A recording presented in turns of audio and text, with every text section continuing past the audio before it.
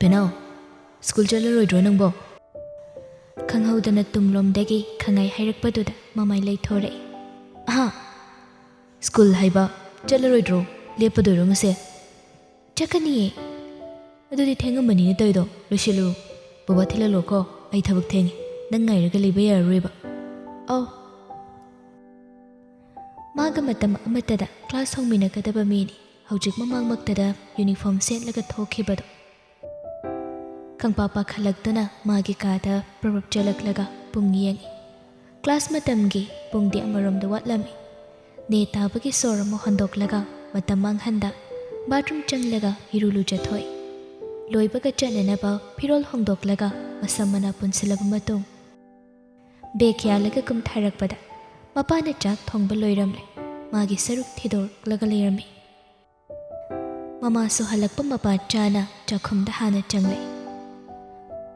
Moi baba noina thonglabro chaksibo nangsu chargero kona tapna chage angang sing hana pijabikro ngasigidi ayuk thabak leitabra tawrisa hojukidi leiteda kari leire luhongbagi barton ama leiye baba na chatpiba sangloida boiragadi aina chatkadawriba hey horinde ai sangoine nachanupaga chatkadaba thabang mafam yam yam thengbu thenglakpa yaini ngasidi phare phare adu oiraga ai chatpa haiduni nakalda phamduna chak chariba machanupida amuk onsen makha tare Penau nangbu nasadu khara pharabro school chatlaga horin ge suk taw oidabra adum chatlage kasumti tawde chakcha toaga guli ama chasin khoko khongna chaluranu kananam thilhalu yari aina thilladawni chak toklaga makhut hamdoi baba guli di mathakta lehaure ayamda lawrukhige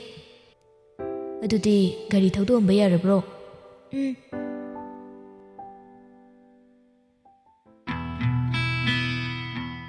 ngasi su thenglapna school yaure assembly de nang haure class mathang asum tawi ningthibi masadu potharaga leigadaba karigumba wakhal amada school do laklibani mana khallibasi simakni hainingai su leite masadu apunaba amana puraga chali naba khitang pharakpaga hirulu jasanbaduga guli jasanbagi mondharakpaga mayam phajana takliba class adu mangondadi mamit pangbu wasilagle uirum break matam yobawa na khang bel tabaga mamanabi pulap washroom hana changle adugi matung canteen lomda lai changbaga mit engado leiramliba miyam marak adudagi miyoi amakha khandoktuna mitpham thamki lalhabadani atai kanada sunate mana yenglingai lalhabani yengthorakpaga mapa chanaduna michane adubu mikup phade mamai leithokhi nupado mi chinbadu komtharakpa ngakta ngairaga makhoi su changlaga keli chana gumba khara lawraga phampham thiduna pham coffee ni watli khoi gise ai lawragi pesa pirama banatra pikram haugatuna laklaga law haibada ngairiba coffee asabado pairaga mana chatpagi lengbada paper cup mapana duda khuttu poktuna thadagadobagi tawringe mamangda steel plate ama thamle kananu karinu yengda plate aduda coffee do thablaga magi mangda lepsilakliba mi aduda mamit onkhattuna yengi plate tula horo haibagom mamina ingit tawduna manga kitang ililal haba ningthibina lawkhibaga kashuk hairamda na thairamlaga counter de changki kaka changanga hunga samosa hunga gise lawiro lupa chama chapi ama thadaraga paisa halakpadu lawraga mamanaga singna thokminakre ningthibidi mafam aduda adumak leplaga leihawi mana khanba haibabu lalhabagi makok manungda kari khalam gadawano haibadu madi khangningba pot kawbu kawkhrabra karimtaga hairakhidaba asumna hek leikhibase angakpa phawi mana school sida tamlakpa kuidri yumnak jaragasu hana sida tamlakte mamang chahida honglakpani chahi hena tamlaklabado mana lalhaba masak khangbadi kuidri khangnaba phawba kaisok nang haude sengna hairabada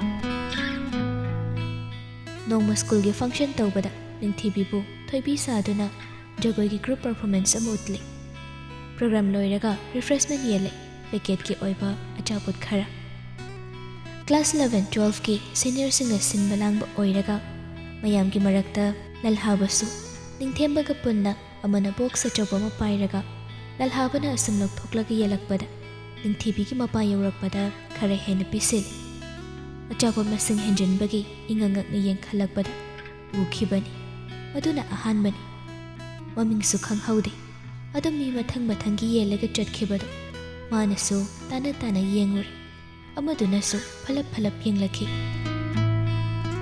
mamanabi ataidusu thawa yaukshinduna kaino haidana makhelangduna ningthibi bulakne achapot marak aduda mathup naiba chejet ama yaurambadu lokhattuna tingthoi wahai khara iram lalhaba ningthaujam 18 years class 12 science roll number 7 ithanda pokpa single child lefamna Imphal West romdagi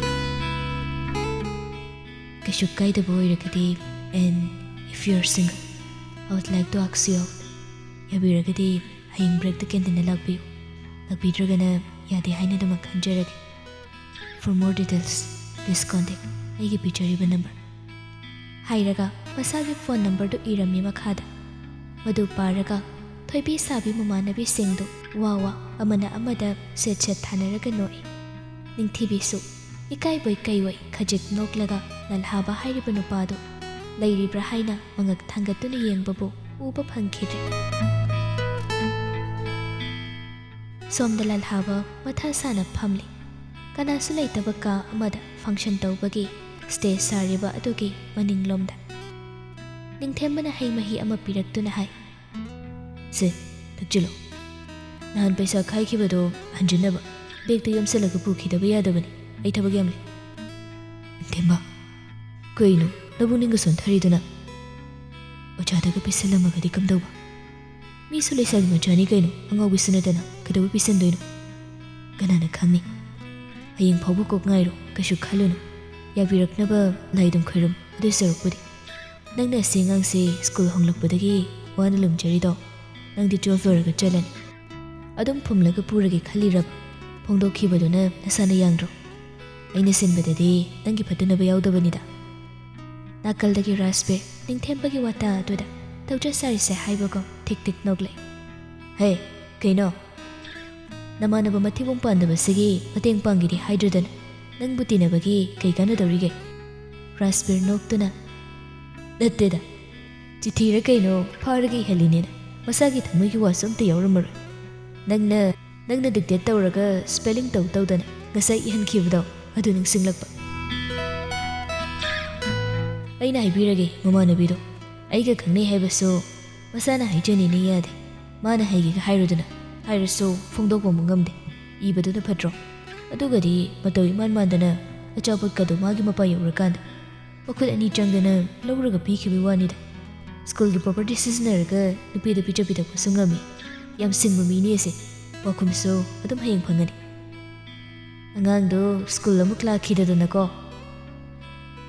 adu su paukhumni kaino lalhabadi chuba metuna mathun mai hauba makhai phamli hayengida makhanbada phamli badu phampham khangde amaromda nupida nungshi haiba ahanbani pakhang oijabagi tonganba nupini yabirakani yabira aroi khangdabagi pakhatbagi mihul khajik chong magi mamang maktada miwangangnariba mamanaba anidudi nokpa lepte ngaihak leiraba matong satrasing yumhannaba haukhre ngasai makhai performance utpasing ado adum hankibasu yawi dress hongdoknaraga leihaubasu yawi phi hongdok hongjen tawringai mi ayamba hanakhibagi ichik thare school gi ground da thaba bensing honjenba haurakpada mayamarak aduda ningthibi lalhabana thabak tawribadu sum yeng adumna leiringai bhumikana chelaklaga chirol tawduna tamle yahalla ona pauchela ibaingonda kanana mamanabana nangona de kamaina akhoidaga tuition pun mamanabani nang yadoiro khangdeda is lotliko yare nang di dress hongaroi tale madugi nonganbada lalhabadi school laktre ningthibi school di lai pakhum oina yai haidrabasu yai haibadusu thumanbagi Matam khitanga piyu haige ninglaga break matamdu mamanabiga punna canteen ngairubadadi lalhabadi lakhidre. Numituma ikaibana mapukning sunungsiki. Makoy khagta nata huya phaba mamanaba anidosu mathasai. Lalhabana school laktabado. Masida pen kidabadunani mana saubasu. Asiguma malaikibasinani mabu uba khuding wa hirakadabu manduna yengluba. Nupa asinata tumina laisinbani. Shuti tharaga thoglakpada itha thajadana Rite school gate mayada leiram. Ningthibi thoglakpa ubada makhut khatuna kaushilai. Ningthibi ingangakna changsilaktuna. Dada, Rite's eating tingba sakphamda. Nang kaidawrage? Ningthibi, nangibu saungana. Dada, nangina nahansu school dari lakano na hairaga. Yumdagi lawbaga lakpadu ukhradi ay kamain tawdoino. Ay nilai sidi kaygino khangbro. Ay su school lepaga laini. Ay nungaramgadam manbraba. Allo hauchikidi. Horen tapna hainarase. Ngarangdagina ino phone tawrise. Kayarak sure. Message ado kem thabadabu kem tasu halaktaba. Ay se medium lectrajalo. Ay ki phone charge tawbudo. Switch off tawa phawbadi. Ay nangna phone pairakadra khana ngaibani. Ngasisu ayuk ton nei lermaga ay ki message mo phawbi ngamdinina. Laklibadu ki maram tarakanduda madu oiraboi khale. Dada, ay ngarangdagi sangamdabagi phone paidabani. Ay kemta hairamdre saurno. Ay dilay pham khangadaw manbro. Sorry. Adamna hairabadudadi saurambadu tapthare. Yumphaw thilamara. Mina uradi talli. Ay thengani chalagi. Nang suhannabu tawro. Yum yawbaga call tawro. Pairakadro. Pairakani. Wa kharado hainaraga Rite's yumda hankre. Khara maching mataw sumaina tawrakani di khangde. Hayeng khatna jainaraklasu mimang tumang naikadaba mande khale ningthibi mana.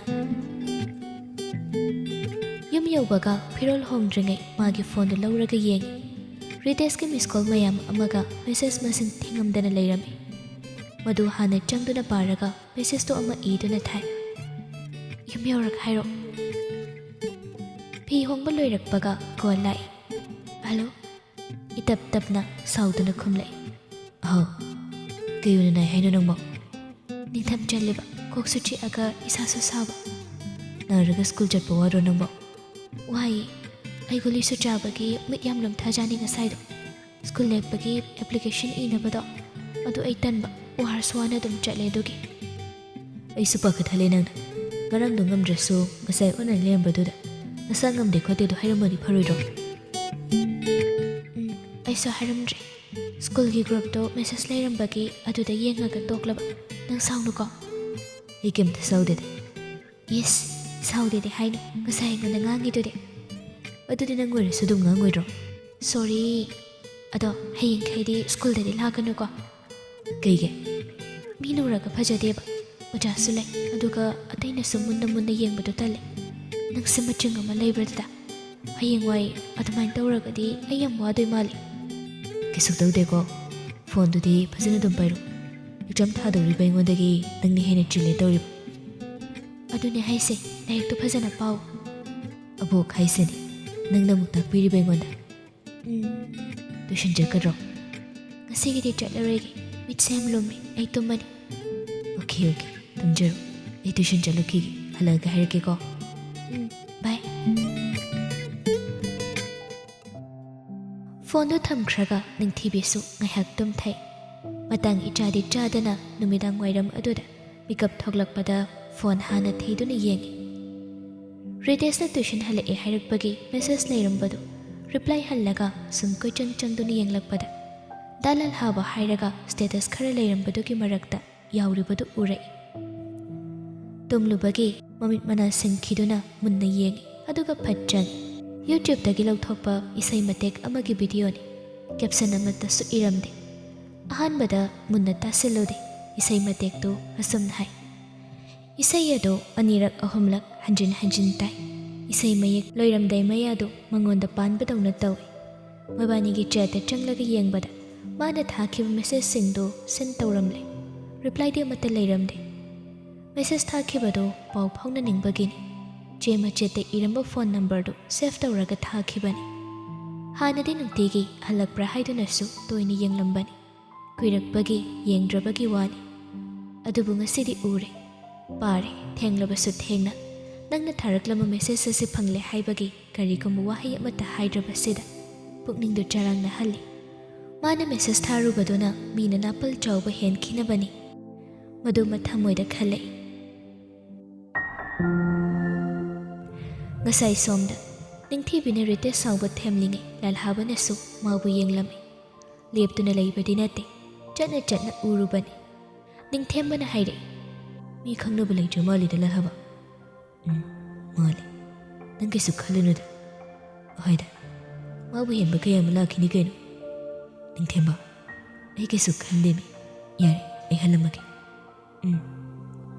ꯂꯥꯜꯍꯥꯕ ꯆꯠꯈ꯭ꯔꯒ ꯃꯃꯥꯟꯅꯕ ꯑꯅꯤꯗꯣ ꯍꯥꯏꯅꯍꯧꯏ, ꯑꯁꯦꯡꯕꯒꯤ ꯀꯩꯝ ꯈꯟꯗ꯭ꯔꯖꯥꯠꯂꯣ?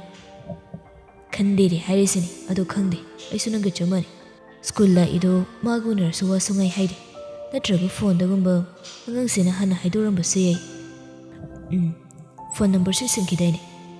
ꯍꯣꯏꯅꯦ, ꯅꯨꯄꯤꯗ ꯅꯨꯡꯁꯤ ꯐꯣꯡꯗꯣꯛꯂꯨꯔꯒ ꯁꯨꯃꯥꯏꯅ ꯂꯩꯕꯁꯤꯁꯨ ꯀꯩꯅꯣꯝꯃ ꯁꯣꯏ ꯍꯥꯏꯅꯔꯝꯒꯅꯤꯗ꯫ ꯂꯥꯜꯍꯥꯕ gum ꯌꯨꯝ ꯌꯧꯕ ꯐꯥꯎꯕ ꯂꯥꯛꯂꯒ ꯊꯣꯡꯒꯥꯜ ꯃꯌꯥꯗ ꯇꯥꯔꯝꯕ ꯅꯨꯡ ꯃꯆꯥ ꯑꯃꯗ ꯈꯪꯒꯥꯎ ꯀꯥꯎꯏ꯫ ꯑꯗꯨꯒ ꯑꯃꯨꯛ ꯏꯃꯨꯡꯗ ꯆꯪꯂꯛꯂꯒ ꯐꯤ ꯍꯣꯡꯗꯕꯤ ꯕꯦꯒꯇꯨ ꯂꯪꯁꯤꯜꯂꯝꯂꯒ ꯊꯣꯡꯖꯤꯜ ꯃꯌꯥꯗ ꯊꯣꯛꯂꯛꯇꯨꯅ ꯃꯄꯥꯟꯗ ꯌꯦꯡꯗꯨꯅ ꯂꯩ꯫ ꯅꯤꯡꯊꯤꯕꯤꯅ ꯄꯥꯛ ꯍꯜꯂꯛꯇꯕꯗꯨꯗ ꯈꯣꯏꯔꯥꯡ ꯈꯣꯏꯁꯥꯎꯅꯅ ꯅꯦꯛ ꯇꯥꯏꯗꯨ ꯆꯤꯡꯊꯣꯛꯏ꯫ ꯉꯥꯛ ꯂꯩꯔꯒ ꯅꯨꯄꯤꯗꯨ ꯃꯣꯂꯤ ꯃꯣꯂꯤ ꯆꯪꯈꯤꯕ ꯎꯔꯒ ꯃꯥꯁꯨ ꯏꯃꯨꯡꯗ ꯆꯪꯂꯛꯏ꯫ ꯃꯃꯥꯅ ꯁꯤꯗ ꯂꯩꯔꯁꯦ ꯍꯥꯏꯔꯛꯄꯗꯨ ꯂꯥꯜꯍꯥꯕꯅ ꯄꯥꯝꯈꯤꯗꯕꯁꯨ ꯃꯤꯒꯤ ꯃꯌꯨꯝꯁꯤꯗ ꯂꯩꯔꯒ ꯑꯗꯨꯒꯨꯝꯕ ꯊꯕꯛ ꯇꯧꯕꯗꯤ ꯍꯌꯦꯡ ꯑꯍꯜꯁꯤꯡꯅ ꯈꯪꯂꯛꯂꯒ ꯃꯃꯥꯒꯤ ꯃꯊꯛꯇ ꯃꯤꯅ ꯋꯥ ꯉꯥꯡꯈꯤꯕꯁꯨ ꯌꯥꯏ ꯈꯜꯂꯒ ꯃꯥꯅ ꯅꯤꯡꯊꯤꯕꯤꯕꯨ ꯎꯔꯕꯁꯨ ꯎꯁꯤꯟꯅꯗꯕꯅꯤ꯫ ꯊꯑꯣꯏꯅ ꯎꯁꯤꯠꯇꯕꯒꯤ ꯅꯠꯇ꯭ꯔꯒ ꯐꯥꯒꯤ ꯐꯅꯥꯏ ꯑꯣꯏꯅ ꯈꯜꯂꯒ ꯅꯥꯊꯩꯕ ꯅꯠꯇꯦ꯫ ꯍꯥꯟꯅꯒꯤ ꯐꯤꯕꯝꯗꯨ ꯅꯠꯇ꯭ꯔꯕꯅꯤꯅ ꯃꯇꯝ ꯈꯔꯗꯤ ꯑꯐ-ꯐꯠꯇ ꯈꯟꯈꯤꯒꯦ, ꯃꯉꯣꯟꯗ ꯋꯥ ꯑꯃꯠꯇ ꯍꯥꯏꯈꯤꯔꯣꯏ ꯍꯥꯏꯅ ꯂꯩꯔꯤꯉꯩ ꯉꯁꯥꯏ ꯔꯤꯇꯦꯁꯀ ꯎꯅꯍꯧꯕꯗꯨ ꯎꯔꯨꯕꯅꯤ꯫ ꯃꯊꯧꯅꯥ ꯐꯨꯗꯣꯛꯇꯨꯅ ꯁꯥꯎꯕ ꯉꯝꯂꯨꯗ꯭ꯔꯒꯁꯨ ꯅꯨꯡꯉꯥꯏꯇꯕꯗꯤ ꯐꯥꯎꯔꯝꯃꯤ꯫ ꯑꯄꯥꯝ ꯅꯨꯡꯁꯤꯒꯤ ꯏꯍꯨꯜꯁꯦ ꯀꯜꯂꯛꯄꯅ ꯃꯃꯥꯡ ꯊꯥꯔꯒ ꯆꯠꯀꯜꯂꯤ꯫ ꯐꯅꯌꯥꯝ ꯅꯨꯡꯁꯤꯕ ꯑꯣꯏꯗꯨꯅꯁꯨ ꯏꯁꯥꯒꯤ ꯑꯣꯏꯕ ꯅꯥꯄꯜ ꯑꯃꯅ ꯃꯁꯥꯅ ꯃꯁꯥꯕꯨ ꯐꯥꯊꯖꯔꯒꯦ ꯈꯜꯂꯛꯏ꯫ ꯃꯤꯒꯤ ꯅꯨꯡꯁꯤꯅꯕ ꯂꯩꯔꯕꯁꯤꯗ ꯑꯩꯅ ꯑꯣꯏꯅ ꯏꯌꯦꯠ ꯌꯦꯠꯁꯤꯟꯂ ꯃꯥꯜꯂꯦ, ꯑꯩꯕꯨ ꯑꯣꯟꯊꯣꯛꯅ ꯍꯩꯅꯔꯝꯃꯔꯣꯏꯗ ꯑꯉꯥꯡꯁꯤꯅ꯫ ꯑꯁꯨꯝꯅꯗꯤ ꯍꯥꯏꯖꯔꯒ ꯇꯧꯊꯣꯔꯛꯄꯗꯅ ꯎꯔꯁꯅꯨ ꯍꯥꯏꯕꯒꯨꯝ ꯏꯁꯩ ꯃꯇꯦꯛꯇꯨ ꯁ꯭ꯇꯦꯇꯁ ꯊꯝꯂꯣꯏ꯫ ꯍꯥꯏꯕꯒ ꯇꯧꯕꯒ ꯏꯈꯦꯠ ꯈꯦꯠꯅꯔꯤ꯫ ꯅꯤꯡꯊꯤꯕꯤꯅ ꯈꯪꯅꯕ ꯂꯩꯔꯝꯕꯒꯤ ꯅꯨꯡꯉꯥꯏꯇꯕꯗꯨꯗꯒꯤ ꯋꯥꯏ ꯁꯪꯕꯒꯤ ꯍꯔꯥꯎꯕꯅꯗꯤ ꯍꯦꯟꯈ꯭ꯔꯦ ꯃꯥ ꯍꯧꯖꯤꯛ ꯃꯇꯤꯛ ꯆꯥꯖꯗꯦ ꯈꯜꯂꯤ꯫ ꯐꯤꯔꯣꯜ ꯍꯣꯡꯗꯣꯛꯂꯒ ꯉꯥꯏꯍꯥꯛ ꯍꯤꯞꯇꯨꯅ ꯄꯣꯊꯥꯏ꯫ ꯃꯇꯝꯗꯨꯁꯨ ꯈꯪꯍꯧꯗꯕꯅꯤꯅ ꯌꯥꯆꯪꯂꯛꯇ꯭ꯔꯤꯉꯩ ꯍꯧꯒꯠꯂꯒ ꯏꯃꯨꯡ ꯋꯥꯏꯔꯝ ꯇꯥꯁꯤꯜꯂꯤ꯫ ꯃꯃꯥꯒ ꯄꯨꯟꯅ ꯆꯥꯛ ꯏꯁꯤꯡ ꯊꯣꯡꯕ ꯃꯇꯦꯡ ꯄꯥꯡꯅꯔꯒ ꯆꯥꯛ ꯉꯟꯇꯥ ꯂꯣꯏꯊꯣꯛꯇꯨꯅ ꯊꯝꯃꯤ, ꯆꯥꯅꯤꯡꯕ ꯃꯇꯝꯗ ꯆꯥꯕ ꯌꯥꯅꯅꯕ꯫ ꯀꯨꯏꯅ ꯁ꯭ꯀꯨꯜ ꯂꯦꯞꯂꯨꯕꯗꯨꯒꯤ ꯂꯥꯜꯍꯥꯕ ꯑꯃꯁꯨ ꯅꯪꯅꯅꯕ ꯇꯧꯕꯒꯤ ꯃꯇꯝ ꯂꯩꯖꯗꯦ꯫ ꯅꯣꯠꯁ ꯃꯌꯥꯝꯗꯨ ꯄ꯭ꯔꯤꯟꯠ ꯑꯥꯎꯠ ꯂꯧꯒꯗꯕꯁꯨ ꯃꯗꯨꯅ ꯍꯦꯟꯅ ꯇꯥꯡꯈ꯭ꯔꯦ ꯍꯥꯏꯗꯨꯅ ꯃꯈꯨꯠꯅ ꯑꯉꯝꯕ ꯃꯈꯩ ꯁꯤꯜꯂꯤ꯫ ꯃꯃꯥꯒꯤ ꯍꯤꯗꯥꯛ ꯆꯥꯕ ꯃꯇꯝ ꯌꯧꯔꯛꯂꯕ ꯀꯥꯟ ꯆꯥꯛ ꯆꯥꯊꯣꯛꯃꯤꯟꯅꯩ꯫ ꯃꯥꯅ ꯀꯣꯟ ꯐꯦꯡꯂꯒ ꯃꯃꯥꯅ ꯉꯝꯕ ꯂꯦꯞꯅ ꯋꯥꯏꯗꯨ ꯇꯩꯕ ꯌꯥꯕꯅꯤꯅ ꯑꯗꯨꯃ ꯇꯧꯁꯤꯟꯕꯤꯔꯛꯏ꯫ ꯉꯟꯇꯥꯅ ꯊꯕꯛ ꯄꯨꯝꯕ ꯂꯣꯏꯁꯤꯜꯂꯤ꯫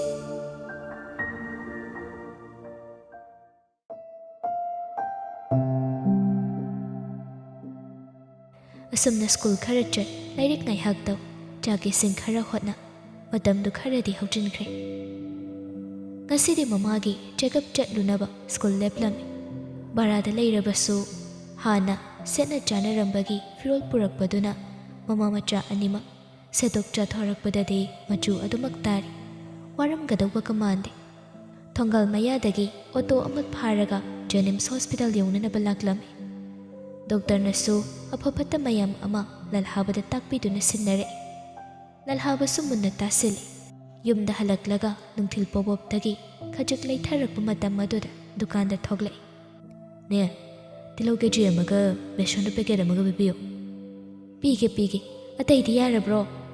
ꯃꯦꯒꯤꯁꯦ 2ꯗꯪꯒ ꯍꯥꯞꯄꯤꯔꯣ꯫ ꯍꯣꯏ꯫ ꯄꯩꯁꯥꯗꯨ ꯊꯥꯗꯔꯒ ꯑꯃꯨꯛ ꯄꯣꯠꯐꯝ ꯃꯆꯥ ꯊꯥꯔꯒ ꯌꯣꯟꯕ ꯈꯔꯗꯒꯤ ꯏꯟꯁꯥꯡ ꯅꯥꯄꯤ ꯈꯔꯁꯨ ꯂꯩꯔꯒ ꯍꯜꯂꯛꯏ꯫ ꯃꯥꯅ ꯍꯟꯖꯤꯜꯂꯛꯄꯗꯨ ꯁ꯭ꯀꯨꯜ ꯁꯨꯇꯤ ꯊꯥꯔꯛꯄ ꯃꯇꯝꯅꯤ.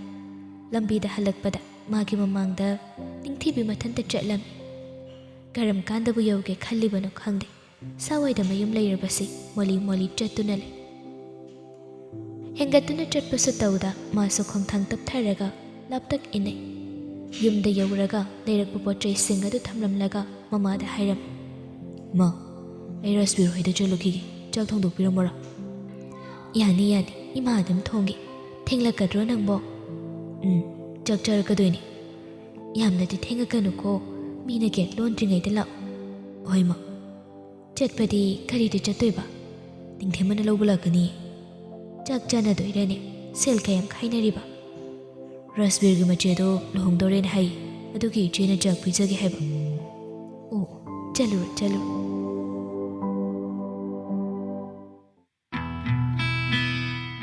ꯅꯤꯡꯊꯦꯝꯕꯅ ꯐꯣꯟ ꯇꯧꯔꯛꯇꯨꯅ ꯃꯥ ꯉꯥꯏꯔꯦ ꯍꯥꯏꯔꯛꯄꯗꯒꯤ ꯊꯣꯛꯂꯛꯏ. ꯂꯜꯍꯥꯕ ꯃꯅꯤꯡꯗ ꯇꯣꯡꯈꯠꯂꯒ, ꯌꯥꯔꯦ ꯆꯠꯂꯣ. ꯁꯤ ꯅꯤꯡꯊꯤꯕꯤ ꯍꯣꯏꯒꯤ ꯌꯨꯝꯅꯦ ꯍꯥꯏꯔꯣ? ꯄꯩꯁꯥꯒꯗꯤ ꯄꯥꯏꯔꯝꯗꯧ ꯃꯥꯜꯂꯤꯅꯦ. ꯑꯗꯨꯒ ꯏꯕꯥꯅꯤ ꯏꯟꯁꯥꯡ ꯑꯃ ꯊꯣꯡꯅꯕ ꯉꯥꯅꯨ ꯑꯃ ꯊꯤꯔꯛꯀꯦꯔ ꯑꯩ. ꯉꯥꯅꯨꯗꯤ ꯄꯪꯌꯣꯟꯗꯤ ꯌꯣꯟꯕꯁꯨ ꯅꯠꯇꯦ. ꯅꯪꯕꯨ ꯂꯩꯐꯝ ꯈꯪꯒꯗ꯭ꯔꯣ? ꯈꯪꯗꯦꯗ. ꯏꯃꯥꯟꯅꯕ ꯑꯃꯗꯤ ꯃꯣꯏ ꯕꯕꯥꯗꯣ ꯉꯥꯅꯨ ꯂꯣꯏꯕꯅꯤ. ꯑꯗꯨꯗ ꯌꯦꯡꯕꯗꯧ ꯉꯥꯏ. ꯀꯩ ꯂꯝꯗꯅꯣ? ꯑꯁꯤꯗꯅꯦ. ꯌꯥꯝ ꯀꯟꯅ ꯂꯥꯞꯄꯕꯨꯗꯤ ꯑꯣꯏꯗꯦ. ꯐꯣꯟ ꯇꯧꯔꯛꯀꯣ ꯈꯪꯉꯨꯗꯅ. ꯇꯧꯏ ꯄꯥꯏꯔꯛꯇꯤ. ꯑꯗꯨꯝ ꯆꯠꯂꯨꯔꯁꯤꯔꯕ? ꯑꯩ ꯔꯥꯁꯕꯤꯔꯗ ꯐꯣꯟ ꯇꯧꯒꯦ. ꯂꯥꯞꯅ ꯆꯠꯄꯗꯣ ꯇ꯭ꯔꯥꯐꯤꯛꯅ ꯐꯥꯗꯅꯕ. ꯗꯣꯟ ꯋꯥꯔꯤ, ꯑꯌꯥꯝꯕ ꯂꯩꯁꯤꯗꯤ. ꯗ꯭राꯏꯚꯤꯡ ꯂꯥꯏꯁꯦꯟꯁꯀꯤ ꯃꯄꯨꯗꯤꯅꯦ ꯑꯩꯁꯦ. ꯂꯜꯍꯥꯕ ꯐꯣꯟꯗ ꯂꯧꯊꯣꯛꯇꯨꯅ ꯔꯥꯁꯕꯤꯔꯗ ꯀꯣꯜ ꯇꯧꯏ. ꯍꯜꯂꯣ, ꯏꯆꯦꯅ ꯉꯥꯅꯨ ꯆꯥꯅꯤꯡꯉꯤ ꯍꯥꯏꯔꯤꯔꯣ? ꯅꯠꯇꯦꯗ, ꯑꯩꯅ ꯆꯥꯅꯤꯡꯕꯩ ꯋꯥꯅꯤ. ꯀꯩꯅꯣ? ꯑꯩꯈꯣꯏ ꯃꯥꯅ ꯆꯥꯛ ꯄꯤꯖꯅꯤ ꯍꯥꯏꯔꯒ ꯑꯄꯥꯝꯕ ꯍꯥꯏꯗ꯭ꯔꯗꯤ ꯀꯩꯅꯣ? ꯅꯪꯒꯤ ꯑꯄꯥꯝꯕ ꯍꯥꯏꯕꯝꯁꯦ ꯑꯩꯈꯣꯏꯗ ꯑꯣꯏꯔꯦ ꯑꯗꯨꯗꯤ. ꯅꯣꯏꯁꯨ ꯆꯥꯗꯣꯏꯁꯤꯗꯤ. ꯍꯣꯔꯦꯟ ꯖꯤꯄꯦ ꯇꯧꯔꯛꯀꯦ ꯃꯃꯜ ꯍꯥꯏꯅꯔꯀꯥꯟꯗ. ꯐꯪꯕꯨ ꯐꯪꯒꯗ꯭ꯔꯥ ꯈꯪꯗꯦꯅꯦ. ꯅꯪ ꯉꯁꯥꯏꯅ ꯊꯤꯕ ꯌꯥꯗ꯭ꯔꯣ ꯑꯗꯨꯕꯣ? ꯑꯩꯁꯨ ꯂꯦꯝꯅ ꯂꯩꯕꯗꯤ ꯅꯠꯇꯦꯗꯅ. ꯍꯣꯔꯦꯟ ꯏꯟꯁꯥꯡ ꯊꯣꯡꯐꯝꯗꯣ ꯋꯥꯏ ꯀꯟꯅ ꯇꯩꯔꯤ. ꯌꯥꯔꯦ ꯊꯝꯃꯣ. ꯐꯪꯗ꯭ꯔꯒꯗꯤ ꯈꯪꯗꯦꯀꯣ. ꯔꯥꯁꯕꯤꯔ ꯅꯨꯔꯥꯗꯣ ꯄꯥꯏꯔꯒ ꯃꯈ꯭ꯋꯥꯡ ꯇꯦꯛꯊꯣꯛꯇꯨꯅ ꯍꯧꯒꯠꯂꯤ. ꯑꯁ, ꯑꯩ ꯈ꯭ꯋꯥꯡꯒ ꯑꯝꯇ ꯌꯥꯗ꯭ꯔꯦꯗ ꯇꯧꯔꯤꯁꯦ. ꯂꯩꯕꯥꯛꯀꯤ ꯑꯣꯏꯕ ꯁꯪꯒꯣꯏ ꯑꯄꯥꯛꯄꯗꯣ ꯅꯣꯡꯃꯇ ꯋꯥꯏ ꯇꯩꯕꯤꯕ ꯅꯠꯇꯦ. ꯍꯩꯕꯣꯏ ꯍꯩꯇꯕꯣꯏ ꯆꯥꯛ ꯆꯥꯅꯒꯅꯤ ꯍꯥꯏꯕꯗꯨꯗ ꯉꯁꯤ ꯅꯣꯡꯃꯈꯛ ꯇꯩꯖꯕꯅꯤ. ꯃꯆꯦꯅ ꯅꯣꯛꯂꯒ ꯐꯥꯒꯤ ꯇꯧꯔꯛꯏ. ꯕꯨꯡꯉꯣ, ꯅꯪꯒꯤ ꯋꯥꯏ ꯈꯨꯇꯩꯁꯤꯗꯤ ꯏꯊꯒꯤ ꯄꯣꯝ ꯅꯥꯏꯔꯦꯍꯦ. ꯆꯨꯝꯃꯟꯈ꯭ꯔꯦꯅꯦ. ꯅꯨꯔꯥꯒꯗꯣ ꯑꯝꯇ ꯁꯨꯝꯗꯣꯛꯇ꯭ꯔꯕꯣ ꯀꯩꯅꯣ? ꯏꯆꯦꯝꯁꯤꯁꯨ ꯅꯣꯛꯄꯩ ꯃꯍꯨꯠꯇ ꯑꯗꯨꯝ ꯇꯩꯕꯤꯕ ꯌꯥꯕꯅꯤ. ꯑꯩꯗꯤ ꯑꯩꯗꯅ. ꯈꯨꯖꯤꯟ ꯈꯨꯌꯥꯒ ꯆꯨꯍꯜꯂꯔꯣꯏꯌꯦ. ꯁꯤꯗꯩꯗꯤ ꯈꯣꯟꯁꯨ ꯅꯪꯉꯣꯟꯗ ꯑꯗꯨꯝ ꯍꯦꯡꯍꯜꯂꯗꯧꯅꯤ. ꯂꯨꯍꯣꯡꯉꯝꯗꯥꯏꯁꯤꯗ ꯑꯩꯕꯨ ꯄꯨꯔꯥ ꯑꯣꯠꯄ ꯋꯥꯐꯝꯅꯤꯅꯦ.